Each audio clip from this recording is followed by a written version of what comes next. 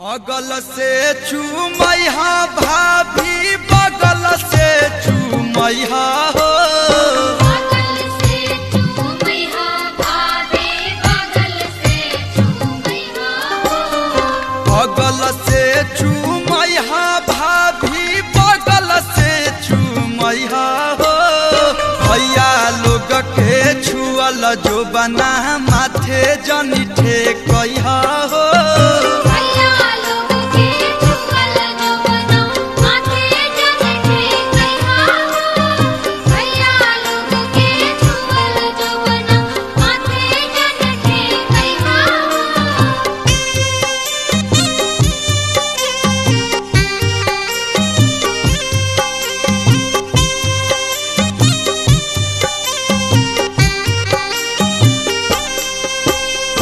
अगल से चूमैहा मामी बगल से चूमैहा हो।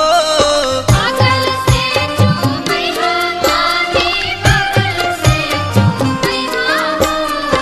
अगल से चूमैहा मामी बगल से चूमैहा हो। मामा लोग के छुअल जो बना माथे जनी ठेकैहा हो।